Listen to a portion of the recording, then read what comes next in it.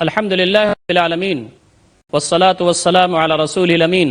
وعلى آله وصحبه أجمعين إلى يوم الدين أما بعد فأعوذ بالله من الشيطان الرجيم بسم الله الرحمن الرحيم ولله على الناس حج البيت من استطاع إليه سبيلا ومن كفر فإن الله غني عن العالمين وقد جاء عن النبي صلى الله عليه وسلم في التلبية لبيك اللهم لبيك لبيك لا شريك لك لبيك ان الحمد والنعمت لك والملک لا شریک لک۔ محترم ناظرین کرام، قابل احترام بزرگوں، نوجوان بھائیوں، عفت مآب ماں اور بہنوں، السلام علیکم ورحمۃ اللہ وبرکاتہ۔ نبی اکرم صلی اللہ علیہ وسلم نے جو حج فرمایا وہ پہلا حج تھا اور آخری حج تھا، اسی لیے آپ صلی اللہ علیہ وسلم نے جو اس دوران عظیم الشان خطبہ دیا اس کو خطبہ حجۃ الوداع کہتے ہیں۔ ہم نبی اکرم صلی اللہ علیہ وسلم کے خطبے کو پڑھ رہے ہیں اور اس پر غور و فکر کر رہے ہیں۔ ہمارے پروگرام کا عنوان نبی اکرم صلی اللہ علیہ وسلم کا خطبہ ہے۔ عرفات کے میدان میں نبی اکرم صلی اللہ علیہ وسلم نے جو خطبہ دیا وہ حقوق انسانی کا شاہکار مرقع ہے۔ نبی اکرم صلی اللہ علیہ وسلم نے اس میں وہ ساری ضروری باتیں جو انسان کے حقوق اور اس کے واجبات سے متعلق تھیں اس کا تذکرہ کیا ہے۔ آپ نے آگے فرمایا یا ایھا الناس، اے لوگو، انما النسیء زیادۃ فی الکفر یضل بہ الذین کفروا فیحلوا عاما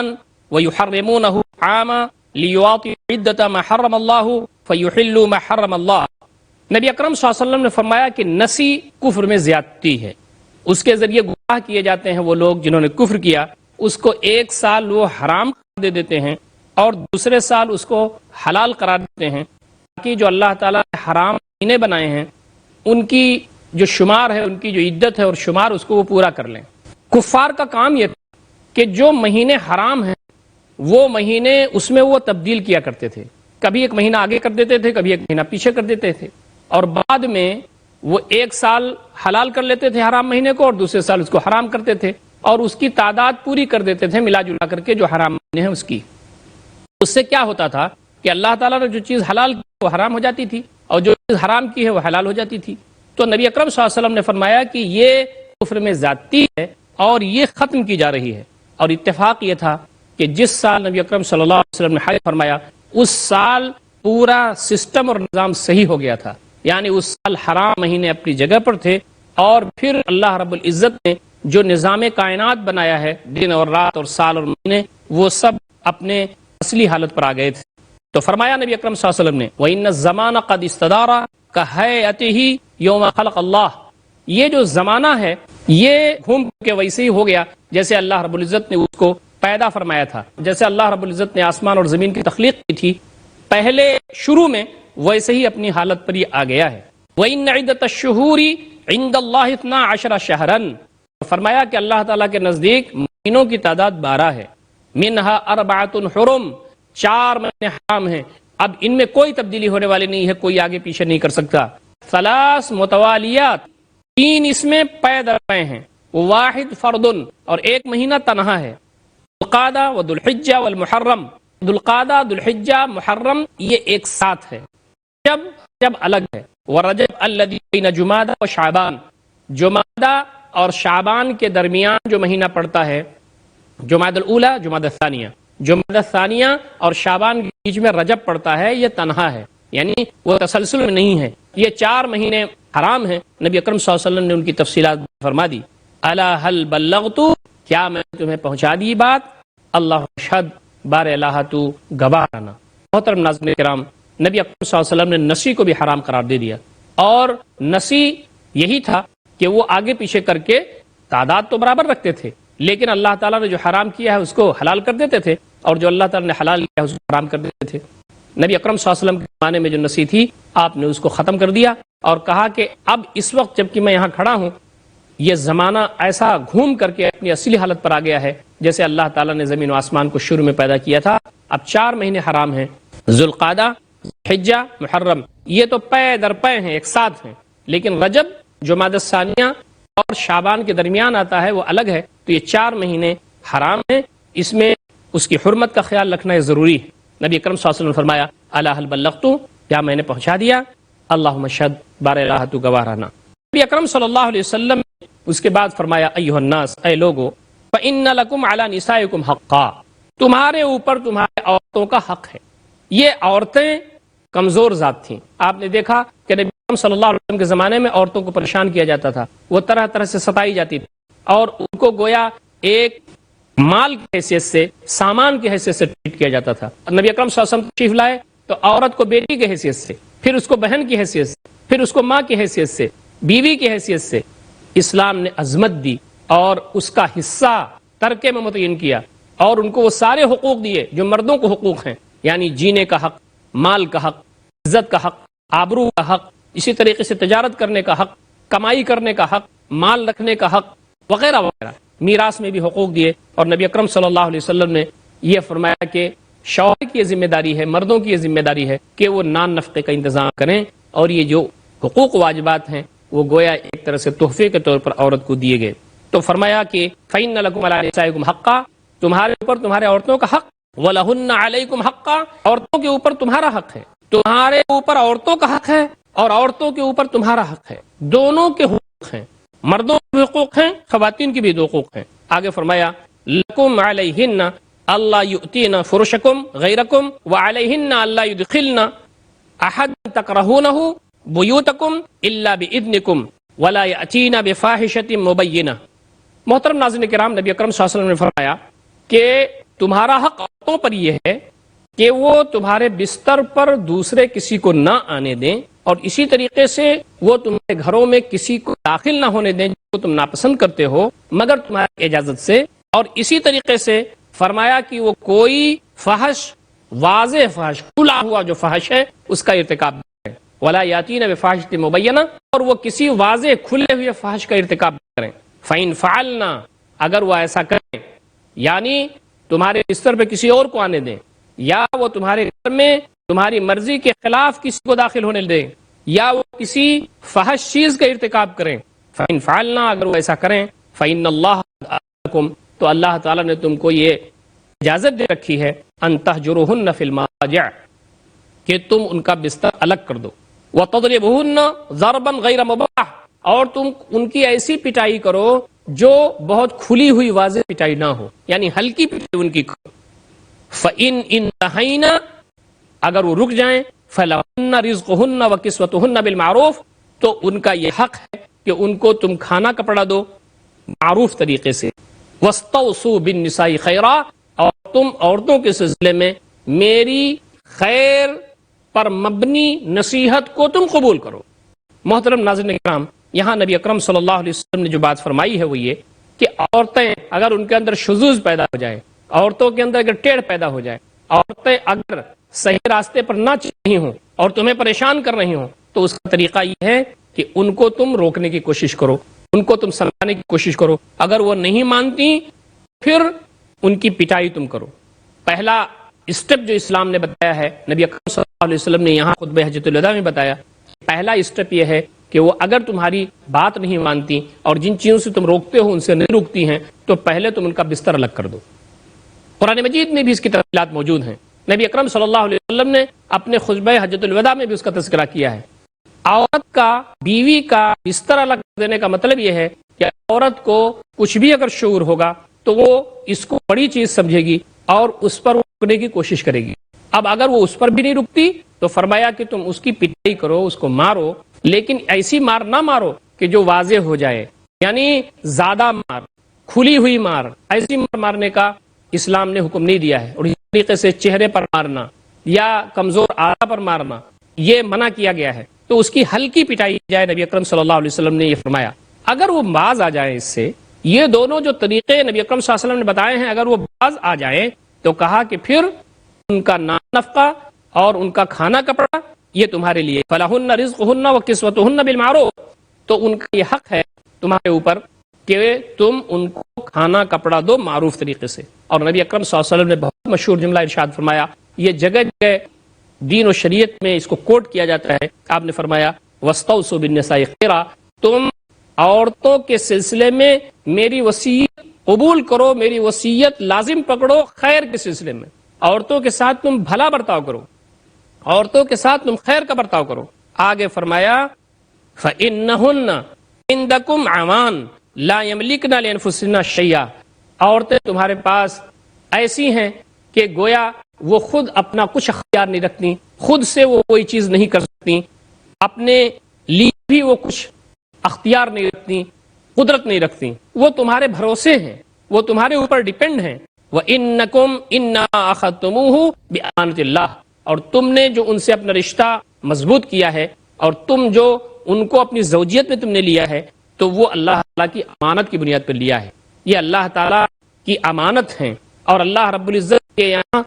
تم کو جواب دہی کرنی ہے اس سلسلے میں۔ وَاسْتَحْلَلْتُمْ فُرُوجَهُنَّ بِكَلِمَةِ اللَّهِ، اور تم نے ان کی شرمگاہوں کو یا ان کی عزت کو حلال اس لیے کیا ہے کہ اللہ تعالیٰ کے کلمے کے ذریعے اللہ رب العزت کا حکم یہ ہے، اور جو اس کا طریقہ ہے اس کا گویا کہ اللہ رب العزت کا جو کلمہ ہے اور اللہ تعالیٰ کی جو بات ہے اس کو سامنے رکھ کر کے، اس کا تذکرہ کر کے، اس کو حاضر کر کے اور اللہ رب العزت کو گواہ بنا کر کے تم نے گویا کہ ان کی عزتوں کو حلال کیا ہے، تو اس کا خاص خیال تمہیں رکھنا ہے اور ان کے ساتھ تمہیں اچھا سلوک اور برتاؤ کرنا ہے۔ محترم ناظرین کرام، وقت ہو گیا ایک چھوٹے سے وقفے کا، انشاءاللہ وقفے کے بعد ہم پھر حاضر خدمت ہوں گے اور نبی اکرم صلی اللہ علیہ وسلم کے خطبہ حجۃ الوداع کے بارے میں اور تفصیل کے ساتھ بات کریں گے۔ والسلام علیکم ورحمۃ اللہ وبرکاتہ۔ محترم ناظرین کرام، وقفے کے بعد ہم پھر حاضر خدمت ہیں اور نبی اکرم صلی اللہ علیہ وسلم کا مشہور خطبہ حجۃ الوداع کے بارے میں ہم گفتگو کر رہے تھے، اس سلسلے کو ہم آگے بڑھا رہے ہیں۔ نبی اکرم صلی اللہ علیہ وسلم اتحاد کا، اتفاق کا، اخوت کا جو پیغام دیا ہے غیر معمولی اہمیت کا حامل ہے، اور یہ کہا کے بعد کافر نہ ہو جانا کہ تم ایک دوسرے کی گردنیں مارتے پھرو۔ نبی اکرم صلی اللہ علیہ وسلم کے بعد یہ ماحول پیدا ہوا اور آج بھی یہ ماحول پیدا ہے کہ چھوٹے چھوٹے اختلافات کی بنیاد پر، مسلکی اختلافات کی بنیاد پر، فروعی اختلافات کی بنیاد پر ایک دوسرے کی گردنیں لوگ مار رہے ہیں۔ تو فرمایا کہ اگر تم ایسا کرو گے تو تمہارے اندر ایمان نہیں ہوگا بلکہ تم کافر ہو جاؤ گے۔ فَإِنِّي قَدْ تَرَكْتُ فِيكُمْ أَمْرًا بَيِّنًا، میں نے تمہارے درمیان ایک بہت ہی واضح معاملہ چھوڑ کر کے میں جا رہا ہوں۔ اِنِ اعْتَصَمْتُم بِهِ، اگر تم مضبوطی سے پکڑو گے، فَلَن تَضِلُّوا أَبَدًا، تو تم کبھی بھی گمراہ نہیں ہو سکتے۔ کتاب اللہ سنت نبی ہی، اللہ تعالیٰ کی کتاب اور اس کے نبی کی سنت۔ نبی اکرم صلی اللہ علیہ وسلم نے یہ بھی فرمایا کہ میں چھوڑ کر کے جو جا رہا ہوں ہمارے درمیان بہت ہی واضح معاملہ چھوڑ کر کے جا رہا ہوں۔ وہ واضح معاملہ کیا ہے؟ واضح معاملہ اللہ کی کتاب اور اس کے نبی کی سنت ہے۔ یہاں پر واضح معاملہ دونوں کو ایک کہا گیا ہے یہاں پر، اس لیے کہ وہ الگ الگ نہیں ہیں۔ قرآن مجید اللہ رب العزت کی کتاب ہے اور نبی اکرم صلی اللہ علیہ وسلم اس کی تشریح اور وضاحت ہے۔ بعض جگہوں پر تو یہ فرمایا کہ ترکت فیکم امرین، میں دو چیزیں تمہارے درمیان چھوڑ کر کے جا رہا ہوں، روایت کا اختلاف ہے، لیکن یہاں پر فرمایا امرن بینن، بہت واضح معاملہ تمہارے درمیان میں چھوڑ کر کے جا رہا ہوں، اگر تم اس کو مضبوطی سے پکڑو گے تو کبھی بھٹک نہیں سکتے ہو۔ قرآن مجید اور اس کے نبی کی سنت۔ الہ بلغت، کیا میں نے پہنچا دیا تم کو؟ اللہم اشہد، بار الہ تو گواہ رہنا۔ اس کے بعد نبی اکرم صلی اللہ علیہ وسلم فرمایا ایھا الناس، اے لوگو، اسمعوا قولی واعقلوا، میری بات سنو اور اس کو گرفت میں لے لو، اس کو محفوظ کر لو۔ الا ان ربکم واحد، سنو تمہارا رب ایک ہے، وان آباءکم واحد، اور تمہارے باپ ایک ہیں، یعنی حضرت آدم علیہ السلام۔ کلکم لآدم، تم سب آدم علیہ السلام سے ہو، وآدم من تراب، اور آدم علیہ السلام مٹی سے تھے۔ اکرمکم عند اللہ، تم میں زیادہ معزز اللہ تعالیٰ کے نزدیک، اتقاکم، تم میں سب سے متقی اور پرہیزگار شخص ہے۔ ان اللہ علیم خبیر، بے شک اللہ تعالیٰ جاننے والا ہے، باخبر ہے۔ نبی اکرم صلی اللہ علیہ وسلم نے یہ بات فرما دی، تمہارا رب ایک ہے اور تم آدم علیہ السلام سے پیدا کیے گئے، آگے بڑھائے گئے، تمہارے باپ ایک تھے اور آدم علیہ السلام مٹی سے پیدا کیے گئے، تمہاری اپنی کیا حیثیت ہے، سب برابر ہو، تمہارے درمیان کوئی اونچا کوئی نیچا، کوئی کالا کوئی گورا، کوئی عرب کوئی عجم، یہ ساری تفصیلات تمہارے اندر اگر غرور اور نخوت ہیں تو یہ سب مناسب نہیں ہے، تم سب برابر ہو۔ اور فرمایا اکرمکم عند اللہ، تم میں زیادہ معزز اللہ تعالیٰ کے نزدیک، اتقاکم، تم میں زیادہ متقی اور پرہیزگار، جو اللہ کا خوف، اس کی خشیت رکھنے والا ہے۔ ان اللہ علیم خبیر، بے شک اللہ تعالیٰ جاننے والا ہے، باخبر ہے۔ آپ نے فرمایا الا لا فضل لعربین العجمی، سنو کوئی فضیلت نہیں ہے عربی کو عجمی پر اور عجمی کو عربی پر، ولا لاحمر اسود، اور گورے کو کالے پر، ولا لاسود احمر، اور نہ کالے کو گورے پر، الا بالتقوی، سوائے تقوی کی بنیاد پر۔ الا هل بلغت، کیا میں نے پہنچا دیا؟ اللہم اشہد، بار الہ تو بھی گواہ رہنا۔ یہاں جو بات بتا دی نبی اکرم صلی اللہ علیہ وسلم نے وہ یہ کہ سب ایک ماں باپ کی اولاد ہو، سب کا رب ایک ہے، تم میں وجہ امتیاز و شرف اگر ہے بزرگی کے سلسلے میں تو اس شخص کے لیے ہے جو اللہ تعالیٰ کا تقوی اختیار کرے، اس کا خوف رکھے، اس کی خشیت رکھے۔ قرآن مجید میں یہ بات بہت صاف کہی گئی کہ یا ایھا الناس انا خلقناکم من ذکر وانثی وجعلناکم شعوبا وقبائل لتعارفوا ان اکرمکم عند اللہ اتقاکم۔ اے لوگو، ہم نے تم کو ایک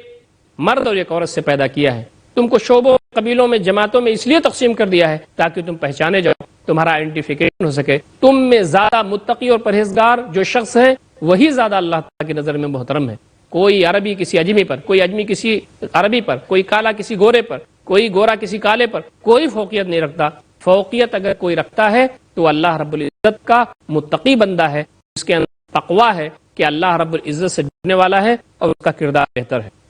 نبی اکرم صلی اللہ علیہ وسلم فرمایا فَلْيُبَلِّغِ الشَّاهِدُ مِنْكُمُ الْغَائِبَ، تم میں سے جو یہاں موجود ہیں وہ ان لوگوں کو پہنچا دے موجود نہیں ہیں۔ محترم حاضرین کرام، نبی اکرم صلی اللہ علیہ وسلم کا یہ پیغام رہتی دنیا تک کے لیے ہے۔ آپ نے ان صحابہ کرام سے یہ بات کہی کہ جو یہاں موجود ہیں، جو یہاں موجود نہیں ان تک یہ بات پہنچا دیں۔ تو یہ سلسلہ اللہ تعالیٰ کے دین کی تبلیغ کا، اللہ تعالیٰ کے دین کو آگے بڑھانے کا، یہ قیامت تک چلتا رہے گا، اور ہماری ذمہ داری یہ بنتی ہے کہ نبی اکرم صلی اللہ علیہ وسلم کی کوئی بات ہم تک پہنچی ہے تو ہم ان لوگوں تک پہنچا دیں جہاں تک وہ بات نہیں پہنچی ہے۔ ایھا الناس، اے لوگو، ان اللہ قد قص لکل وارث نصیبہ من المیراث، اے لوگو، اللہ تعالیٰ نے ہر وارث کے لیے میراث میں جو اس کا حصہ ہے وہ تقسیم فرما دیا ہے۔ آپ جانتے ہیں کہ میراث اور ترکے کی جو وراثت کا معاملہ ہے، اس کو اللہ نے قرآن مجید سورہ نساء میں تفصیل کے ساتھ بیان فرما دیا ہے۔ ولا تجوز وصیۃ لوارث، وارث کے لیے وصیت جائز نہیں ہے۔ ولا تجوز وصیۃ فی اکثر من الثلث، اور اگر کوئی وصیت کرنا چاہتا ہے جائز حدود میں تو ثلث سے زیادہ وصیت جائز نہیں ہے۔ والولد للفراش وللعاہر الحجر، اور بچہ اگر ناجائز کہیں مسئلہ پیش آ جائے تو بچہ تو اس شخص کا ہے جس کا بستر ہے، یعنی بچہ اس کا ہے جس کی بیوی ہے، اور جو زانی ہے، بدکار ہے، اس کے پتھر ہے۔ آگے فرمایا من ادعی الی غیر ابیہ، جو اپنے باپ کے علاوہ پکارا جائے، وتولی غیر موالیہ، اور اپنی نسبت اپنے آقا کے علاوہ کہیں اور وہ کرے، فعلیہ لعنت اللہ، تو اس پر اللہ تعالیٰ کی لعنت ہے، والملائکۃ والناس اجمعین، فرشتوں کی لعنت اور سارے انسانوں کی لعنت۔ باپ کی طرف آدمی کی نسبت ہونی چاہیے، یہ بات یہاں بتا دی گئی۔ اور یہ بات بھی کہ اگر کوئی غلام ہے اور اس کی نسبت بھی اپنے آقا کی طرف ہوگی، اور اگر وہ آزاد کر دیا جائے تو پھر دوسرے کی طرف نسبت نہ کرے کہ فلاں کا میں تھا اور اس نے مجھے آزاد کیا۔ یہ احسان کا تقاضا ہے کہ اس کی نسبت اسی کی طرف ہو، اور کہا کہ اگر اس سے کوئی منہ موڑتا ہے اور احسان کے خلاف بات کرتا ہے، اسلام نے جو باتیں طے کر دی ہیں اس کے خلاف جاتا ہے، تو اس پر اللہ تعالیٰ کی لعنت ہے، فرشتوں کی لعنت ہے، اور سارے انسانوں کی لعنت ہے۔ لا يقبل اللہ منہ صرفا ولا عدلا، اللہ رب العزت اس سے کوئی چیز قبول نہیں کرے گا۔ ولا تنفق امرأة من بیتها الا باذن زوجها، اور کوئی عورت اپنے شوہر کے گھر میں سے کوئی چیز خرچ نہیں کرے گی سوائے اس کی اجازت کے۔ شوہر کی اجازت ہو تو خرچ کرے گی، بغیر شوہر کی اجازت کے وہ خرچ نہیں کرے گی۔ یہ اصول آپ نے بنا دیا۔ اب اگر حالات اچھے ہیں، تعلقات بہتر ہیں، اور شوہر نے اس بات کی اجازت دے دی ہے کہ بیوی کو اس بات کا حق ہے کہ میرے مال میں سے جو چاہے وہ خرچ کرے، تو کوئی حرج نہیں ہے، لیکن شوہر کی اجازت اور اس کی رضامندی ضروری ہے۔ والسلام علیکم ورحمۃ اللہ، اور اللہ رب العزت کی سلامتی تمہارے اوپر ہو اور اس کی رحمتیں تمہارے اوپر سایہ فگن ہو۔ نبی اکرم صلی اللہ علیہ وسلم کا یہ خطبہ ہے، اس کے آخر میں نبی اکرم صلی اللہ علیہ وسلم نے اور بھی کچھ فرمایا۔ وکانا صلی اللہ علیہ وسلم یقول، نبی اکرم صلی اللہ علیہ وسلم نے حجۃ الوداع میں اور بھی چیزیں فرمائیں۔ وانتم تسألون عنی فما انتم قائلون، نبی اکرم صلی اللہ علیہ وسلم نے فرمایا کہ صحابہ، تم سے میرے بارے میں پوچھا جائے گا، تم سے میرے بارے میں پوچھا جائے گا تو تم کیا کہنے والے ہو میرے بارے میں۔ نبی اکرم صلی اللہ علیہ وسلم نے ایک گواہی دی، گواہی قیامت کے دن ہونے والی ہے۔ ہر نبی کو اٹھایا جائے گا اور اس کی قوم کو اٹھایا جائے گا، اور رب العزت کے ہاں گواہی قیامت کے دن ہوگی۔ نبی اکرم صلی اللہ علیہ وسلم کو بھی اٹھایا جائے گا، اور آپ کے متبعین کو اٹھایا جائے گا، اس وقت پوچھا جائے گا اور گواہی ہوگی۔ اسی کے بارے میں نبی اکرم صلی اللہ علیہ وسلم ارشاد فرما رہے ہیں، وانتم تسألون عنی فما انتم قائلون، تو پوچھا جائے گا میرے بارے میں تو میرے بارے میں تم کیا کہنے والے ہو۔ قالوا نشهد انک قد بلغت، ہم کہیں گے کہ آپ نے پوری بات پہنچا دی ہم تک، وادیت، اور آپ نے پوری طریقے سے جو آپ پر ذمہ داری دی گئی تھی اس کو ادا کر دیا، ونصحت، اور آپ نے ہمارے لیے خیر خواہی کی۔ نبی اکرم صلی اللہ علیہ وسلم نے فقال بإصبع سبابہ يرفعها الى السماء ويخفض على الناس، تو نبی اکرم صلی اللہ علیہ وسلم نے اپنی اس انگلی کو آسمان کی طرف آتے تھے اور لوگوں کی طرف وہ کرتے تھے، پھر آسمان کی طرف اٹھاتے تھے، لوگوں کی طرف کرتے تھے، اور اس کے بعد آپ نے فرمایا اللہم اشہد اللہم اشہد اللہم اشہد، بار الہ تو گواہ رہنا، یہ گواہی دے رہے ہیں، بار الہ تو گواہ رہنا، یہ گواہی دے رہے ہیں، بار الہ تو گواہ رہنا، یہ گواہی دے رہے ہیں۔ محترم حاضرین کرام، نبی اکرم صلی اللہ علیہ وسلم کا یہ خطبہ جو خطبہ حجۃ الوداع کے نام سے مشہور ہے، میں نے آپ کے سامنے متن بھی پیش کیا، اس کا ترجمہ بھی پیش کیا، اور اس کی ضروری وضاحت بھی آپ کے سامنے اس لیے کر دی کہ حاجی لوگ جاتے ہیں حج کرنے، وہ عرفات کا میدان ان کے سامنے ہوتا ہے، تو ہمارے ذہن و دماغ میں نبی اکرم صلی اللہ علیہ وسلم کا وہ خطبہ بھی رہنا چاہیے جس سے آج وہ پہاڑیاں گزر رہی ہیں، کہ نبی اکرم صلی اللہ علیہ وسلم نے آخری خطبے میں جب کہ دین مکمل آپ پر کیا گیا تھا اور اللہ رب العزت نے ارشاد فرمایا تھا یوم اکملت لکم دینکم واتممت علیکم نعمتی ورضیت لکم الاسلام دینا، میں نے تمہارے لیے تمہارے دین کو مکمل کر دیا اور اپنی نعمتوں کا اتمام کر دیا، اور اگر میں کسی چیز سے خوش ہوں تو طریقے زندگی کے طور پر تو وہ اسلام ہے۔ اس وقت نبی اکرم صلی اللہ علیہ وسلم نے ایک عظیم الشان خطبہ دیا تھا، وہ خطبہ اپنے اندر حقوق انسانی کی ایک شاہکار گویا کہ نمونہ رکھتا ہے، اور نبی اکرم صلی اللہ علیہ وسلم اس خطبے کو اپنے سامنے ہم کو رکھنا چاہیے، اپنی زندگی میں اس کو نافذ کرنے کی کوشش کرنا چاہیے، اور حاجی جب وہاں جا رہے ہوں تو کم سے کم خطبہ حجۃ الوداع کو پڑھ لیں، اور نبی اکرم صلی اللہ علیہ وسلم کو پیغام جو آپ نے عرفات کے میدان سے دیا تھا رہتی دنیا تک کے لیے ہے، اس کو بھی اپنے سامنے رکھنے کی ضرورت ہے، اور اس کے مطابق اپنی زندگیوں کو گزارنے کی ضرورت ہے۔ اللہ تعالی ہم تمام کو اس کی توفیق عنایت فرمائے۔ اقول قولی ھذا استغفر اللہ لی ولکم اجمعین واستغفروہ انہ الغفور الرحیم، وآخر دعوانا الحمد للہ رب العالمین، والسلام علیکم ورحمۃ اللہ وبرکاتہ۔